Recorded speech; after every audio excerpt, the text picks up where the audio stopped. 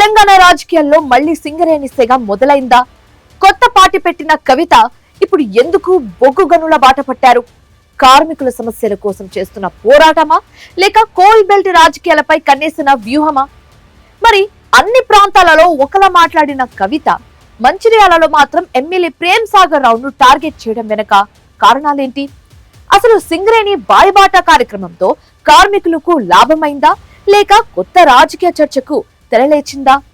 గనుల నుంచి రాజకీయ గల్లీల వరకు హాట్ టాపిక్ గా మారిన సింగరేణి బాయిబాట వెనక వ్యూహం ఏంటి? Let's have a look on it.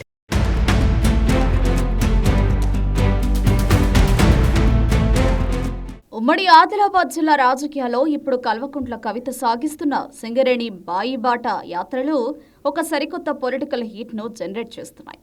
తెలంగాణలో ఏ రాజకీయ పార్టీ అయినా సరే పవర్లోకి రావాలంటే సింగరేణి విస్తరించి ఉన్న 11 ప్రధాన ఏరియాల పరిధిలోని కార్మికుల మద్దతు అత్యంత కీలకమనేది ఒక పక్కా సెంటిమెంట్.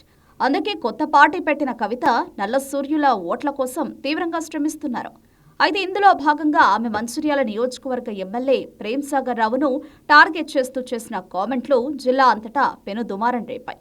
కవిత ఎమ్మెల్యే ప్రేమ్ సాగర్ రావును ఉద్దేశిస్తూ రౌడీజం, గూండాయిజం మార్చుకోవాలని, పార్టీలు మారిన వారిపై దాడులు చేస్తే ఊరుకోమన్నారు. రానున్న రోజుల్లో మంచిర్యాల జిల్లా కేంద్రంగా టీఆర్ఎస్ రాజకీయం చేయబోతోందని, స్థానిక ప్రజల మద్దతుతో మంచిర్యాల జిల్లాలోని 3 సీట్లలో తామే గెలుస్తామని ధీమా వ్యక్తం చేశారు.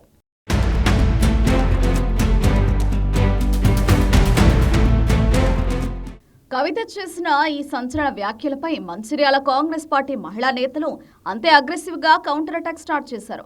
ఒక మహిళవై ఉండే లిక్కర్ కేసులో ఇరుక్కున్న నువ్వు మా ఎమ్మెల్యే గారి స్థాయి గురించి మాట్లాడమా అంటూ వారు తీవ్ర పదజాలంతో విరుచుకుపడ్డారు.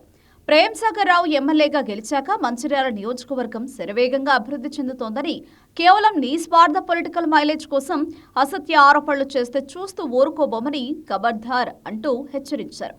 నిజానికి గత సార్వత్రిక ఎన్నికల సమయంలోనే కవిత ఇక్కడి నుండి పోటీ చేస్తారని లీకులు వచ్చాయి. ఇప్పుడు ఆమె నేరుగా ప్రేమ్ సాగర్ రావుపైనే ఆరోపణల అస్త్రాలు సంధిస్తుండటంతో రాబోయే అసెంబ్లీ ఎన్నికల్లో కవిత మంచిర్యాల అసెంబ్లీ స్థానం నుండే పోటీ చేయడానికి గ్రౌండ్ ప్రిపేర్ చేసుకుంటున్నారనే చర్చ క్షేత్రస్థాయిలో బలంగా సాగుతోంది.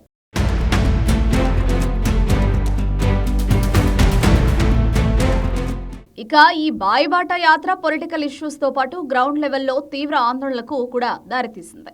మంచిర్యాల జిల్లా బెల్లంపల్లి రీజియన్ పరిధిలోని కాశీపేట 1, RK7 గనులపై గేట్ మీటింగ్స్ నిర్వహించడానికి కవిత సిద్ధమవగా అధికారులు పర్మిషన్ లేదంటూ ఏకంగా మెయిన్ గేట్లకు తాళాలు వేశారు.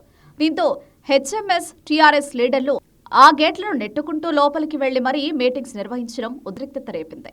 కార్మికులు తమకున్న పనిముట్ల కొరత, యాజమాన్యం కఠిన వైఖరిని కవిత దృష్టికి తెచ్చారు. అయితే ఈ మీటింగ్ ముగిశాక సింగరేణి యాజమాన్యం కార్మికులకు ఊహించని షాక్ ఇచ్చింది. కవిత పాల్గొన్న అనధికారిక మీటింగ్ వల్ల కార్మికులు విధులకు లేటుగా హాజరయ్యారని, దానికి శిక్షగా వారి దినసరి జీతంలో కోత విధిస్తున్నట్లు కాశీపేట KK1 గని నోటీసు బోర్డులపై సర్కులర్ అంటించింది. దీంతో కవిత బాయిబాట తమ పాలిట జీతాల కోతగా మారిందంటూ కార్మికులు లోలోపల అసహనం వ్యక్తం చేస్తున్నారు.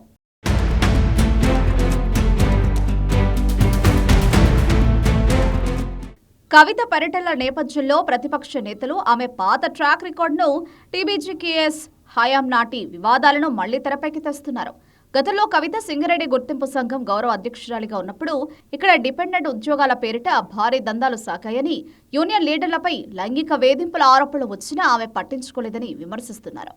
అంతేకాకుండా సింగరేణి ప్రాంతాల అభివృద్ధి కోసం ఉపయోగించాల్సిన 100 కోట్ల CSR ఫండ్స్ ను గతంలో సిద్దిపేట, సిరిసిల్ల, గజ్వెల్ నియోజకవర్గాలకు మళ్లించి ఇక్కడి బొగ్గు గనుల ఏరియాను నట్టేట ముంచింది మీరు కాదా అంటూ లోకల్ లీడర్లు నిలదీస్తున్నారు. నాడు బొగ్గు నిధులను పక్కదారి పట్టించి ఇప్పుడు కొత్త పార్టీ పెట్టి కొత్త నాటకాలతో వస్తే నల్ల సూర్యులు నమ్మే పరిస్థితుల్లో లేరని కాంగ్రెస్ వర్గాలు ఘాటుగా విమర్శిస్తున్నాయి. మొత్తానికి కల్వకుంట్ల కవిత చేపట్టిన సింగరేణి బాయిబాట యాత్ర మంచిర్యాల ఎమ్మెల్యే ప్రేమ్ సాగర్ రావుతో సాగుతున్న ఆరోపణల యుద్ధంతో కోల్ బెల్ట్ లో ఒక పెద్ద పొలిటికల్ సునామీని తెచ్చింది. మరి రాబోయే సింగరేణి గుర్తింపు సంఘం ఎన్నికల్లో కార్మికులు ఈ కొత్త పార్టీని ఎంతవరకు ఆదరిస్తారో, కవిత ఇక్కడి నుండి వేయబోయే నెక్స్ట్ పొలిటికల్ స్టెప్ ఎలా ఉంటుందో ఆ పెరుమాళ్లకే ఎరుక.